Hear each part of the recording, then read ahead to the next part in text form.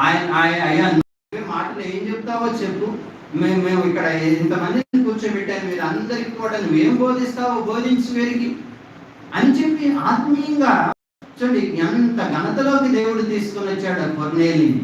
ఒక అధిపతి, శతాధిపతి తనకున్న దైవ భయం చాలా గొప్పది కదా. చూడండి, ఒక అధికారి ఉండి అంత భయం కలిగి ఉన్నాడు కాబట్టి చూడండి అతనికి మంచి పేరు సంపాదించుకున్నాడు. ఏం సంపాదించాడు చెప్పండి? మంచి పేరు వచ్చింది. దైవ భయం కలిగి ఉంటే మనకి మంచి పేరు వచ్చింది. లేకపోతే ఏ పేరు వచ్చింది? లేకపోతే ఏ పేరు సంపాదిస్తాం? చెడ్డ పేరు వచ్చింది.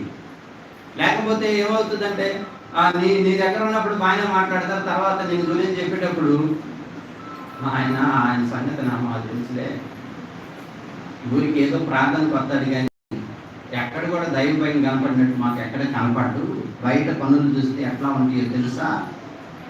ఆమె కూడా అంతేనండి. మామూలుగా మీ మందిరానికి ఒక్కోసారి మాతో సేవకులతో మాట్లాడుతుంటారు, మీ మందిరానికి వచ్చేవాళ్ళని వాళ్ళు అంటుంటారు.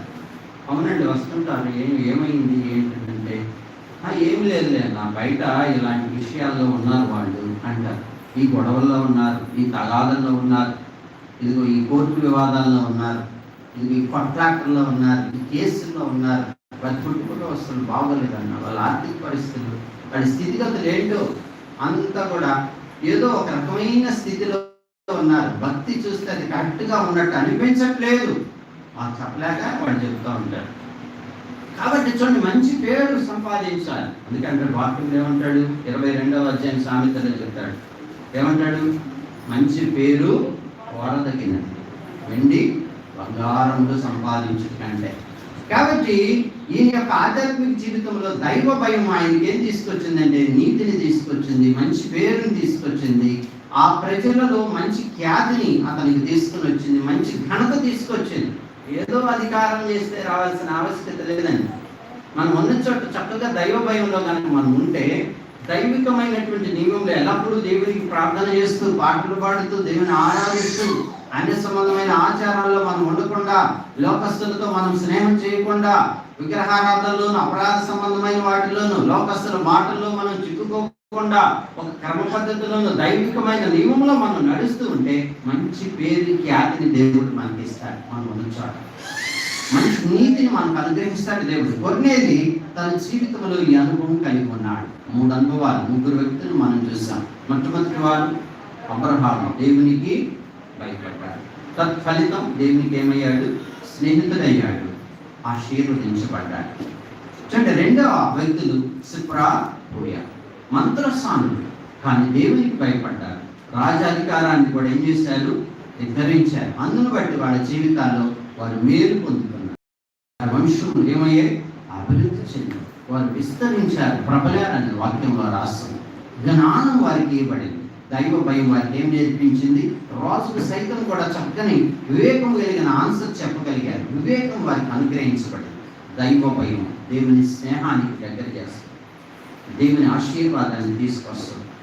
2వది దైవ భయం వివేకమును, విస్తరణను, మన మేలును మనకి కలగజేస్తుంది, జ్ఞానం ఇస్తుంది దైవ భయం. 3వది ఏంటో తెలుసా? దైవ భయం కలిగిన వ్యక్తి కొర్నేలి ఆ ప్రాంతంలోనే ప్రార్థనాపరుడు, నీతిపరుడుగా మంచి పేరు పొందిన వాడిగా, శతాధిపతి అని అనిపించుకునే పేరు కన్నా అతను దేవుని భయం కలిగిన వాడనే పేరే అతనికి మంచి ఖ్యాతిని తీసుకొచ్చింది, అంత ఘనతను తీసుకొచ్చింది. కర్మకార్యములు చేశాడు. ఇంట దేవుని గురించి సువార్త ప్రకటించటం, దేవునిలోకి అనేక ప్రజలు నడిపించటం బాధ్యత కలిగి ఉన్నాడు. దేవుని కోరిక నెరవేర్చుట, దేవుని చిత్తమును నెరవేర్చుట, దేవునికి ఇష్టంగా బ్రతుకుట. దైవ నియమం, దైవ భయం చాలా ప్రాముఖ్యం.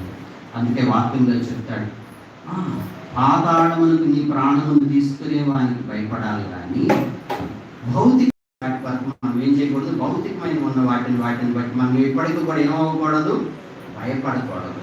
ప్రార్థన చేసుకుందాం, దయచేసి చేసుకుందాం. నీ ఆధ్యాత్మిక జీవితంలో దైవ భయంలో మనం కొనసాగుదాం, దేవుని చిత్తమును నెరవేరుద్దాం, దేవునికి ఇష్టముగా మనం బ్రతుకుదాం, దేవుని మేలును పొందుకుందాం.